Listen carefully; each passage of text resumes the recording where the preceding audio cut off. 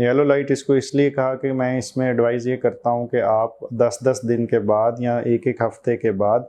अपनी क्रेटिनिन का लेवल करवा लीजिए। और अगर वो स्टेबल चल रहा है या इम्प्रूव हो रहा है तो फिर तो परेशानी की बात नहीं, लेकिन अगर वो बिगड़ रहा है तो इसका मतलब है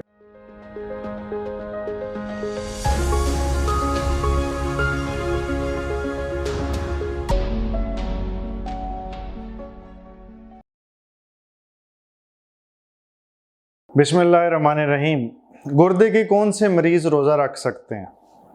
अक्सर ही ये सवाल होता है मुझसे तो, और हर मेरा ख्याल है नेफ्रोलॉजिस्ट से यही सवाल किया जाता है। आज की वीडियो का मौजू यही होगा कि कौन से मरीज़ रोज़ा रख सकते हैं। अगली वीडियो में इंशाल्लाह ये डिस्कस करेंगे कि कौन से मरीज़ जब रोज़ा रख चुके हों तो एहतियात क्या करें,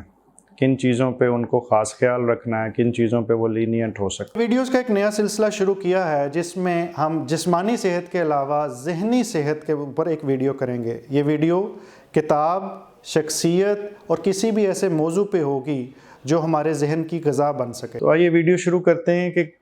इस वीडियो में हमने डिस्कस करना है निशानियाँ जो लोग हाई रिस्क हैं और जो लोग लो रिस्क हैं, और जिन लोगों के बारे में येलो लाइट है कि वो देख के चलें। तो सबसे पहले रेड लाइट वाले या वो लोग जो हाई रिस्क में हैं वो हैं जिनको डिहाइड्रेशन का डर है, जिनको यूरिन आउटपुट काफ़ी आ रहा है, बल्कि ज़रूरत से ज़्यादा भी कुछ लोगों को यूरिन आ रहा होता है। उनके अमूमी तौर पे पाँव पे इतनी सोजिश भी नहीं होती, और जितना पानी पी रहे होते हैं उतना या उससे भी ज़्यादा यूरिन आ रहा होता है। ये वो लोग हैं, अगर ये डिहाइड्रेट होंगे तो इनकी क्रेटिनिन ऊपर जाएगी। Salt wasting nephropathy, interstitial nephritis, बहुत सारी वजूहात हैं जिनकी वजह से ऐसा हो सकता है। उन वजूहात की डिटेल में जाना आज की वीडियो का स्कोप नहीं है, लेकिन इन जनरल अगर आपके गुर्दे की खराबी बढ़ चुकी है, आपकी क्रेटिनिन ज़्यादा है और इसके साथ आपको यूरिन बहुत ज़्यादा आता है और कंट्रोल से भी चले बाहर रहता है, तो फिर चांस ये है कि आपको डिहाइड्रेशन हो सकती है। हाँ, यही अगर यूरिन आउटपुट ज़्यादा आ रहा है लेकिन पेशाब अवर दवाई से ज़्यादा आ रहा है तो फिर ज़्यादा चांस है कि वो एहसास ज़्यादा होने का है, वरना पेशाब अवर दवाई की ज़रूरत नहीं पड़ती उन मरीज़ों में जिनका यूरिन बहुत अच्छा आ रहा होता।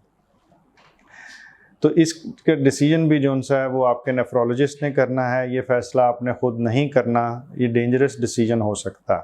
तो ऐसे लोगों को बाज़ का रोज़े के लिए रोकना पड़ता है। दूसरे नंबर पे कुछ ऐसे पेशेंट हैं जिनका गुर्दे का भी मसला है, साथ उनके दिल के भी मसाइल चल रहे हैं, शुगर भी बड़ी बिगड़ी हुई है, तो मैं उनको भी रिक्वेस्ट ये करता हूँ कि वो रोज़ा ना रखें, वो शुगर कंट्रोल करें, अपने वाटर का बैलेंस अचीव करें।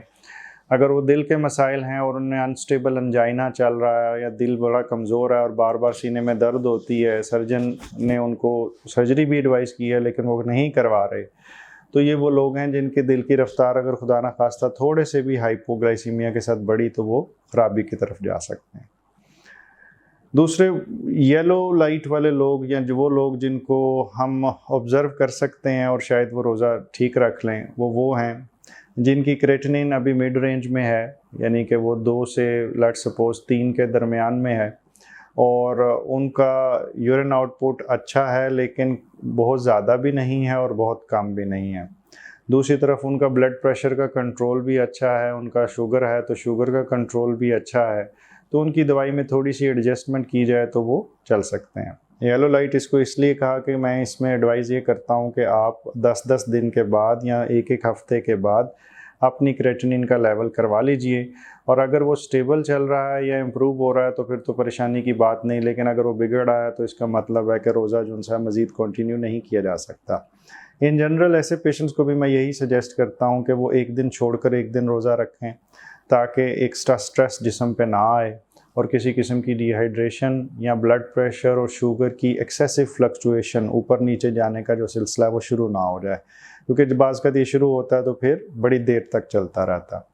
इसके अंदर बाज़ का मरीज़ों से रिक्वेस्ट करनी पड़ती है क्योंकि हर कोई बहुत रिलीजियसली मोटिवेटेड होता है और वो चाह रहा होता है कि वो मुकम्मल रोज़े रखे, लेकिन इसमें प्रोविज़न मौजूद है अल्लाह की तरफ से भी कि अगर उनके लिए सूटेबल नहीं है तो वो रोज़ा छोड़ सकते हैं। ग्रीन लाइट या वो लोग जो लो रिस्क में हैं, वो रिलेटिवली वो लोग हैं जिनकी क्रेटिनिन अभी बहुत कम है, लेट्स सपोज यानी कि नॉर्मल से तो ज़्यादा है लेकिन बहुत ज़्यादा नहीं है, 2 से नीचे क्रेटिनिन है या 1.6 से नीचे क्रेटिनिन है, और उनका भी अच्छा कंट्रोल है शुगर ब्लड प्रेशर का, उनके जिस्म में कोई इजाफी पानी नहीं है, वो उनको लैसिक्स की बेतहाशा गोलियां नहीं लेनी पड़ रही। अगर लेनी पड़ रही हैं तो वो फिर येलो या रेड लाइट में चले जाएंगे, ये याद रखिएगा। और अगर वो नहीं लेनी पड़ रही हैं और बगैर पेशाब आवर दवाई के रीज़नेबल यूरिन आउटपुट आ रहा है, वो थोड़ा बहुत पानी पीते हैं और गुजारा होता है, तो दैट इज़ फाइन।